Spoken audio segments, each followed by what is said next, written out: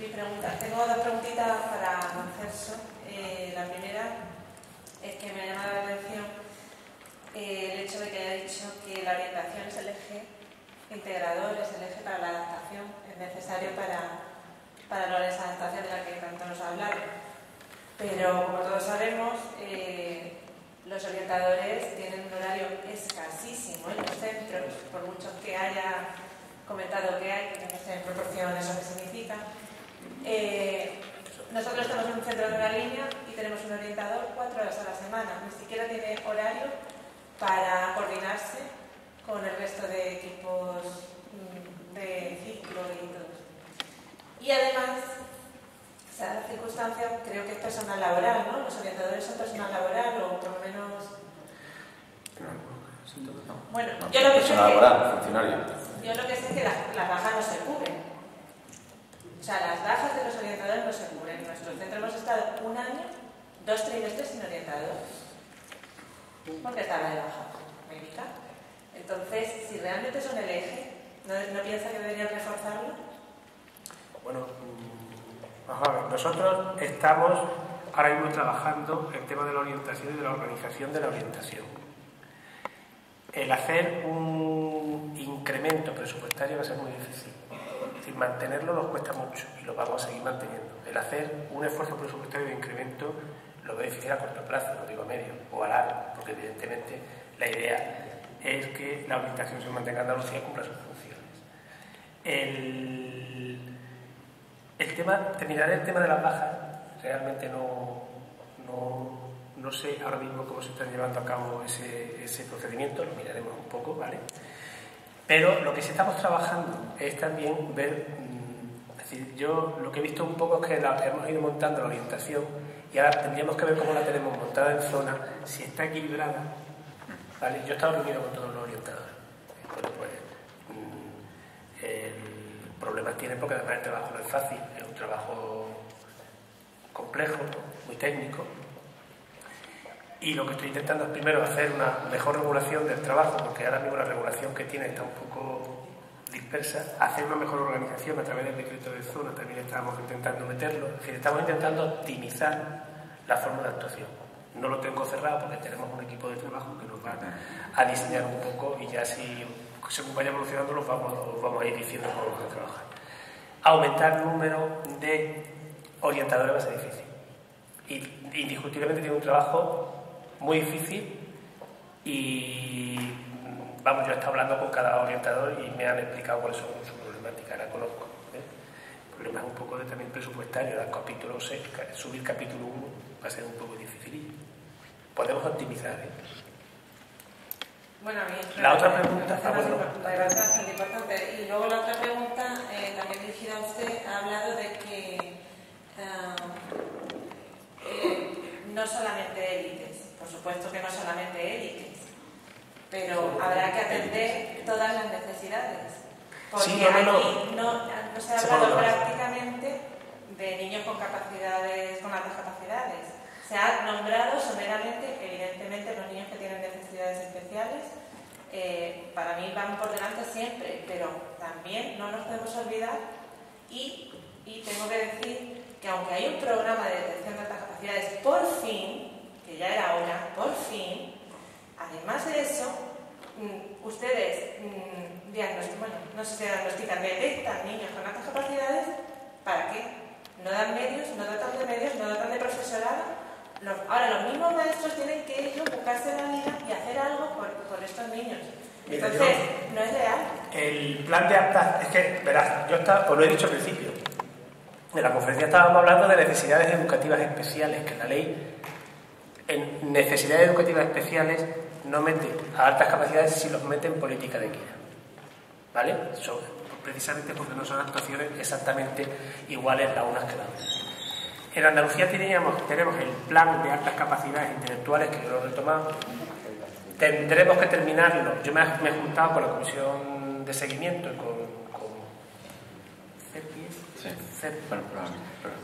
con la Asociación de Padres y Madres y del colectivo, y vamos a poner en marcha hasta terminar el plan, ¿de acuerdo? Es verdad, no voy a meterme ahora en plan medio, pero fundamentalmente el problema que tenemos aquí es un problema más de respuesta curricular, entiendo yo, a estos menores. Yo creo que de aquí a diciembre de 2013 ese plan tiene todas las medidas puestas. Yo voy a comentar la Queda cosa. bastante poco, pero sí se va a trabajar en altas capacidades. Ahora el trabajo es que no es el mismo, no sé si me entiendes. Por eso la propia ley, cuando habla de necesidades, es que yo he hablado de necesidades educativas especiales, que la ley excluye, no de la equidad, sino como término necesidad educativa especial, las altas capacidades intelectuales, que la mete como equidad, pero como un fenómeno distinto, por eso no he hablado de ella. Por complementar lo que usted estaba preguntando, evidentemente la ponencia era necesidades educativas especiales. Dentro de las necesidades específicas por educativo están las altas capacidades, pero también están las dificultades de aprendizaje, incorporación tardía. El concepto importante es diversidad y obviamente el alumno con altas capacidades también necesita una atención, pero también lo necesita el alumno que no tiene ningún tipo de necesidad específica de apoyo educativo. Si miramos la campana de Gauss, está la parte inferior y la parte superior, pero la parte del centro también es atención a la diversidad.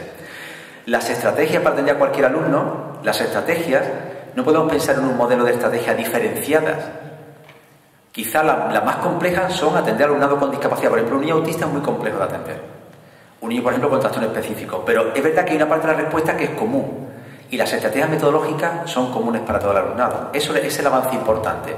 Con respecto a las altas capacidades, es verdad que no ha habido un procedimiento de detección que ya se ha puesto en marcha. ¿Y la respuesta educativa en qué consiste? Tiene que haber una respuesta también diversificada para este alumnado. Entonces, ¿qué propuestas se han hecho? Bueno, con respecto a recursos, se han creado los equipos provinciales de altas capacidades. Se ha dotado de un maestro o maestra de altas capacidades a nivel provincial. Se han creado los programas que se llaman Profundiza, no sé si lo conoce usted, también, ¿no? Bien. Entonces, y una serie de medidas educativas. Y hay por lo menos, todo puede ser insuficiente, pero hay unas estrategias educativas que no son ni menos ni más que la que tiene un alumnado con necesidad educativa especial o que tiene un alumnado que no tiene ningún tipo de necesidad específica educativa. Entonces, lo importante es el trabajo que podemos hacer a nivel de aula. Pero yo discrepo un poco con respecto, yo soy docente también, ¿no? Lo que podemos hacer nosotros dentro del aula es que nosotros estamos para enseñar a cualquier tipo de alumno. Y, por ejemplo, trabajar la creatividad con un alumno con altas capacidades, ¿no? También hay que trabajarlo con un alumno que no tiene altas capacidades, ¿no? Entonces, la cuestión es cómo trabajamos dentro del aula. Y ahí sí que tiene que haber un cambio metodológico importante, independientemente de darle, a través de una serie de medidas educativas, como es la flexibilización, las adaptaciones curriculares, ¿no? Y de ponerla en marcha, ¿no? Bueno, por cerrar, por responder a más gente. Cuando él habla de metodología distinta, muchas posibilidades de metodología distinta, de aplicación de metodología dentro de un centro, pero yo, por ejemplo, he estado viendo alumnos de altas capacidades en comunidades de aprendizaje y el resultado es fantástico. Para el alumno, para él y para el resto de alumnos que le rodean. Quiero decir que, aunque van a salir, os lo seguro, porque tenemos ya muy avanzado una serie de trabajos, lo que pasa es que quiero verlos antes porque lo que hagamos aquí toca casi a todo el espectro de la consejería y hay que ver antes cómo se va a hacer la actuación y va a haber propuestas específicas para altas capacidades, es que es muy distinto. Y todo lo de la metodología me parece fundamental en este caso. Yo me quiero responder en el tema de la sustitución. Ah, vale, que se te la sabes tú mejor que yo.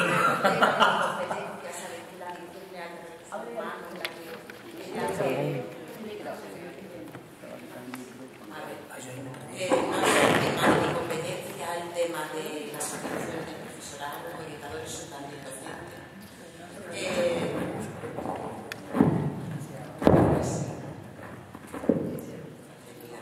Si no hablo lo más alto, no pasa nada.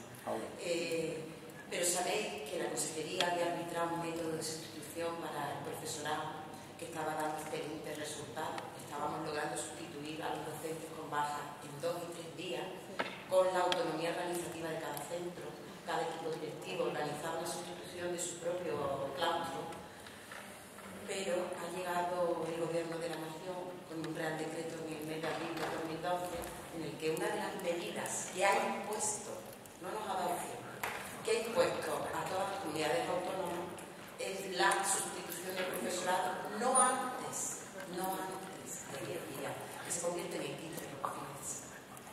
Entonces, en cualquier caso, si le quieres dejar a mí tenso el tema en el centro, con ese orientador que no se cubre, lo anotamos y vemos con recursos humanos el caso específico, porque la normalidad que se hubiera abierto antes de 3 o 4 días y que ahora sea a las 2 o 3 semanas por imperativo de la ley del gobierno de la nación. Pero tengo entendido que los orientadores no se cubren de la misma manera que los maestros. Sé este problema, pero... Si es profesorado y si son funcionarios, es el mismo.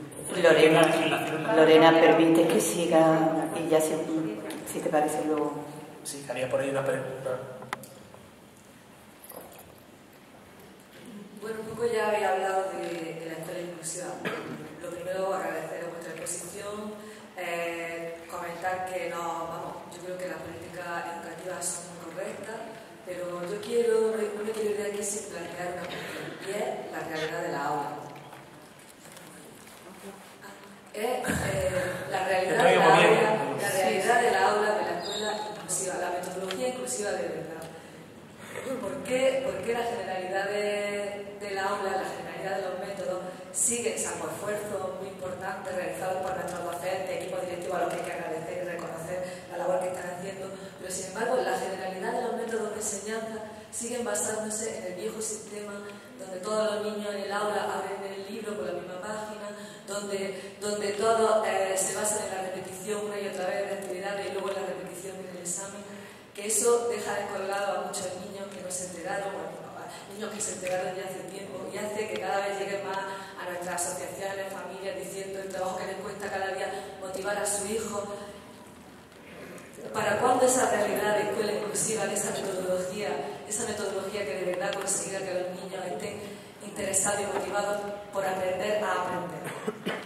Bueno, yo primero estoy de acuerdo contigo. ¿Vale? Vaya de suyo. Es decir, nosotros desde el tema de la metodología nos parece muy importante. A mí me da la impresión, aquí no te hablo yo ya como experto, que no soy experto de nada, pero me da la impresión de que todos los temas, incluso de altas capacidades, lo parece mal, son temas demasiado novedosos en el sistema educativo.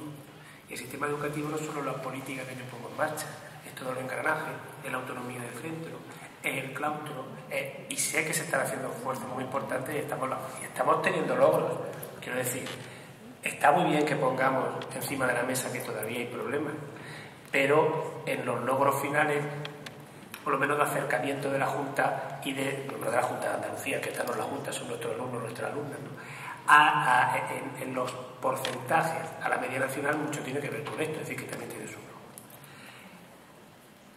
Nosotros estamos apostando por otro tipo de metodología en otros centros, quiero decir, yo te voy a poner un ejemplo.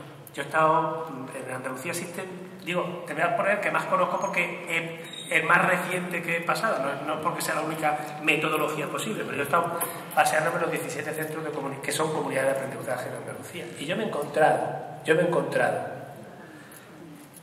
nos hacía gracia porque nos lo contaba un niño que era chino, que sabía el español, pero bueno, no llevaba demasiado tiempo, que estaba muy contento porque un niño del espectro autista le había explicado el tema y se le enterado perfectamente. En ese trabajo de competencia se habían solucionado miles de problemas en un momento. Y nosotros, no es la única, porque hay una Dirección General de Innovación que también propugna por innovaciones dentro del sistema educativo. Por eso te digo, tienes razón, los cambios de cultura para mí también son, yo tengo 52 años, para mí todavía son más difíciles que para otras personas, pero vamos cambiando. Entonces yo por eso digo, tienes razón, no te puedo hacer otra cosa. Si os parece como lo hemos pasado... Sí. No te había visto. Esto me hace tan claro. No te preocupes que ya no termino. Mi nombre es Pepa Vega, vengo de Cenapa, Málaga. Cuando ha dicho usted que lo de los TDAH no tienen por qué estar diagnosticados, mi pregunta es, ¿quién detecta ese problemilla en el niño? Porque es muy difícil cuando llega y le dice el maestro, es que no quiere estudiar. Y tú tienes una pequeña iniciativa de decir, por aquí pueden ir los tiros. ¿Quién lo detecta? ¿El profesor? ¿El orientador? ¿Los padres? ¿La pediatra? Gracias. No, lo que he comentado, no sé si me he explicado bien, lo que no tenga que estar diagnosticado, es una ventaja lo que hemos comentado.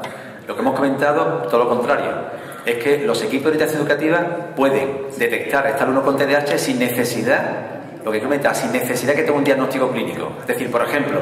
Pero no la afecta. ¿Qué? El profesorado no afecta que no tenga el diagnóstico para Bueno, no, perdón, si eso así es una irregularidad, porque quien prescribe el tipo de atención educativa que requiere este alumno, igual que cualquier otro, es a partir del informe psicopedagógico y el dictamen. La novedad es que supone que aquí, con la circular del 10 de septiembre de 2012, el alumnado con TDAH, ¿no?, está incluido dentro de las necesidades educativas especiales para poder, digamos, tener una respuesta especializada. Por tanto, como cualquier otro alumno con necesidad educativa especial. La ventaja... Sí, finalizo. Perdona, es que el componente hiperactividad, mixto o déficit de atención. ¿Cómo detecta el profesor o cómo se conforma el profesor? No, es un déficit de atención, yo le voy a ayudar. Cuando estás diciendo todo lo contrario. Es que no detecta porque no quiere. Entonces, si no tiene un informe médico, es muy difícil. No, pero insisto, no debe ser así. Le voy a decir, voy a insistir. Todo lo contrario, la mejora que se ha hecho es la siguiente. Es decir, antes, en algunas provincias, en otras comunidades, se exige el diagnóstico clínico, porque diagnosticar a un alumno con TDAH es muy complicado, ¿no? Hay falsos positivos y es complicado. Pero también digo lo siguiente, es decir, que nosotros lo que hemos hecho es precisamente para que pueda ser atendido lo antes posible alumno que tenga unos comportamientos compatibles con los criterios diagnósticos de TDAH, es que el EOE, ¿no?, pueda evaluarlo. Entonces, la ventaja es que actualmente en nuestra circular, ¿no?, se pueden hacer dictamen para este alumnado, ¿no?, y lógicamente la respuesta que tiene que dar el profesorado en base al dictamen o al informe psicopedagógico, como cualquier alumno. Si no es así, no tiene competencia el centro educativo para decir que es un diagnóstico clínico. La competencia la tiene el equipo de orientación educativa, ¿de acuerdo? ¿No? O sea, para que lo sepa, ¿no? Joaquín, la última pregunta ya, porque vamos muy mal de tiempo. A ver, buenas tardes. Soy yo. Es que yo veo mal, ¿no? Te pasé por la mi nombre es Diego y yo soy el presidente de FASI, de la Federación Andaluza de Altas Capacidades Intelectuales. Efectivamente, yo sí he entendido, y bueno, esta tarde ya hablamos con más profundidad sobre altas capacidades, pero aquí sí se está hablando de educación especial. Pero hay, como se han dicho un par de cositas que bueno, se puede discrepar bastante sobre el tema de altas capacidades, se ha dicho, a mí me gustaría aclararlas, nos entendamos todos, y hacer una pregunta a ver si la podéis responder. Primero, que el profundizar no es una actividad que esté hecha para las altas capacidades, que ha hecho para niños que tienen interés por el aprendizaje. De hecho, los datos están en que en el profundizar no están ni mucho menos un montón de niños de alta capacidad. O sea, a nosotros, para niños que les interesa, está muy bien y es fantástico. También hay que decir que es una actividad extraescolar y que el colectivo lo que quiere es actividad escolar, no extraescolar. Entonces, es decir, esa primera cosa. Después, las adaptaciones curriculares, indudablemente hay adaptaciones curriculares significativas, no significativas, y la propia norma, la propia orden que se sacó en el 2008, que habla de adaptaciones curriculares para altas capacidades, es decir, o sea, si se contempla que existen las altas capacidades dentro de la norma.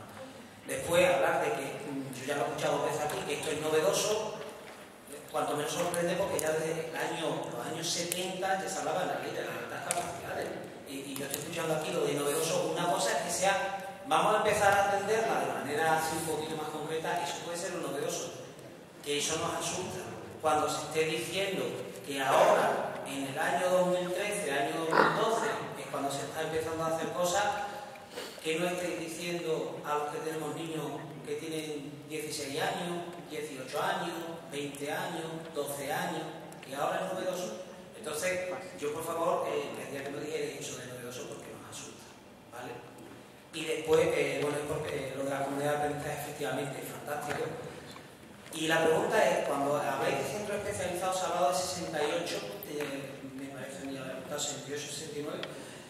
¿Esos centros especializados en atención a la educación especial van referidos a temas por discapacidad motórica solamente o por otro tipo de discapacidad? Porque me gustaría saber qué tipo, a qué se atiende en esos centros especiales. Ya entiendo que si quieres contestar, pero teníamos lo que pasa es muy largo, una diapositiva que se tenía hasta con la radio todos los que había, lo que pasa es que meter ya la diapositiva era alargar mucho el tema. Bueno, por responder por orden, si es novedoso, y tú lo sabes, porque la respuesta educativa que se está dando a las altas capacidades se está haciendo, te digo, nada más que la detección, Andalucía detecta más que nadie, ya es bueno, ¿Por qué? Porque tú sabes que hasta hemos tenido que cambiar la nomenclatura de qué es una alta capacidad. Sí es novedoso. Lo que no es novedoso es que ha habido niños y niñas, ha habido alumnos y alumnas con altas capacidades educativas que a lo mejor no han tenido la respuesta educativa. En el sistema público español es muy novedoso. Que hablando en términos históricos, cuando digo novedoso no es que empiece conmigo. Eso ya no es novedoso, eso sería, sino que en términos históricos es muy novedosa esa respuesta. Tú sabes además que nosotros tenemos el plan, es verdad que lo estamos trabajando, ¿vale? Y que yo creo que de ahí saldrán cosas bastante positivas, como nos tenemos que reunir, pues las veremos nosotros primero, porque tendremos que ver todo lo que vamos a hacer en ese ámbito, que digo que entiendas que cuando yo he dicho novedoso, lo he dicho en ese término, y creo que en eso tengo toda la razón del mundo, porque yo que he sido alumno como tú, y como los que hemos estado aquí, y los TDAH eran los que daban por saco, los altas capacidades, era uno que no quería estudiar, eso no había, y yo terminé de estudiar, ¿verdad? Tengo 52 años, lo terminé ayer, pero he terminado en este siglo que acaba de pasar, y en este país eso no se sabía. Y los que tenían necesidades educativas especiales, pues no entraban. Con lo cual, evidentemente, quiero decirte con esta bruta, siendo así muy, que en ese término lo que estoy diciendo que es un tema novedoso. Es más, a lo mejor, y con todo lo que nos queda por hacer, el planteamiento de altas capacidades, el plan de altas capacidades de Andalucía es novedoso en el resto del país. Es muy novedoso en el resto del país. Y el hecho de que ya tengamos capacidad de detección de altas capacidades es fundamental. Tú dirás, por lo mejor le damos la respuesta ya, pero ya tenemos las altas capacidades detectadas, que es el primer dato. Con eso te quiero decir que hay muchísimo que hacer, ¿vale? Muchísimo que hacer, que tendremos que hacerlo, pero que estamos, yo creo, empezando a dar una respuesta a una cosa que dentro de la aula se está empezando a hablar ahora. Si no hablas tú con profesores y profesoras que en su formación inicial, ¿quién les ha hablado de altas capacidades iniciales? Por eso os digo, cuando hablo de novedoso no digo de que yo me voy a poner ahora aquí el que yo soy más listo que nadie que lo esté haciendo ahora, sino que es muy novedoso el sistema español. Yo no conozco el francés en este ámbito, pero en España hablar de altas capacidades, hablar de TDAH, es novedoso. Y que en lo que se ha hecho en Andalucía, con lo poco que se haya hecho, ya se está haciendo bastante más que en el resto, que eso no es para que nos pongamos la esta, sino que vamos a hacer más, ¿vale? Y luego tú te lo vas a responder, porque quería responder. Bueno, sí, efectivamente, lo del profundiza, obviamente, es para cualquier alumno, ¿no? Si me doy cuenta que un programa, ¿no? Interesante donde es fácil, podéis consultar en la web la cantidad de propuestas interesantes, ¿no? Y la idea del profundiza, aunque esto no depende del área de necesidades especiales, pero lo interesante del profundiza es que también favorece ese tipo de metodología que hay que llevar a las aulas, ¿de acuerdo? Y esa metodología tenemos que asumir que es buena para cualquier alumno. Entonces, insistimos que atender la diversidad es complejo, ¿no? Implica cambio metodológico importante, es decir, que implica cambiar la cultura, ¿no? Y sobre todo puede haber un debate muy extenso, ¿no? Hay personas que apuestan más por una educación, digamos, más especializada, es decir, dar una respuesta diferenciada a cada uno de los colectivos, ¿no? Bien, eso se ha demostrado científicamente que no es exitoso. Alemania, por ejemplo, que es un país que invierte más en educación que el nuestro, ¿no? Si compara, por ejemplo, los informes PISA con la renta per cápita y, por ejemplo, con el Producto Interior Bruto, establece una correlación, implica, por ejemplo, ¿no? Los resultados que obtiene, incluido las altas capacidades, veremos que no son resultados sorprendentes. Si, por ejemplo, hablamos con un alumno con TDAH, como comentaba esa persona, ¿no? En otros países van a centros específicos, un alumno con TDAH, que es una barbaridad, ¿no? Pues podemos hablar largo y tendido sobre eso. Aquí lo importante es, verdad, haciendo una autocrítica, que lo que hay que mejorar son las prácticas en las aulas, pero no solo aquí, en cualquier parte del territorio, en cualquier parte del mundo. Yo creo que es conocido, y termino, el vídeo de Super Antoñito, ¿no? De un centro de Cádiz, ¿no? Que curiosamente se ha divulgado en la red, y lo sorprendente es que de países como Canadá y Estados Unidos llaman al centro porque quieren saber, ¿no? ¿Cómo se ha hecho eso, por ejemplo? O del País Vasco. Entonces, lo que quiero comentar con eso, sin entrar en estas cuestiones, es que lo que hay que mejorar son las prácticas de las aulas, y hay mucho que avanzar, como ha dicho esta persona, ¿no? Y ese es el esfuerzo que hay que hacer, pero en esa línea, ¿no? Y hay que basarse en los avales científicos, en lo que hay un respaldo científico, no un respaldo ideológico, cuidado, ¿no? Y el principio de inclusión tiene un respaldo científico, no solo ideológico, y eso es lo importante, ¿no? Y con respecto al número de centros específicos, son 59, pero esos centros específicos son para alumnado que están muy severamente afectados, ¿no? Entonces son centros que atienden a cualquier tipo de discapacidad, si bien hay algunos centros, por ejemplo, hay un centro que es el Ángel Rivier, que atiende prioritariamente a alumnado con trastorno de espectro autista, Hay centros que atienden alumnado con alguna discapacidad en concreta, por ejemplo el Mercedes San Roma en Sevilla con discapacidad motórica, pero está para atender a cualquier tipo de alumno con una severidad importante. Teníamos una lista, lo que pasa es que te digo, no la hemos puesto porque nos parecía ya, aparte de poner nombre, número, ratio, ¿vale? Si os parece bien, nosotros nos despedimos y nos vamos a quedar por aquí. Tengo que escuchar a mi compañera, pero le estoy quitando ya, que la tengo ahí temblando, que ella quiere subir allá. Y entonces, pues simplemente daros de nuevo las gracias y que no os preocupéis, que es verdad que somos conscientes de que nos queda mucho por hacer. También somos conscientes de que estamos por el buen camino y llegaremos. Muchas gracias.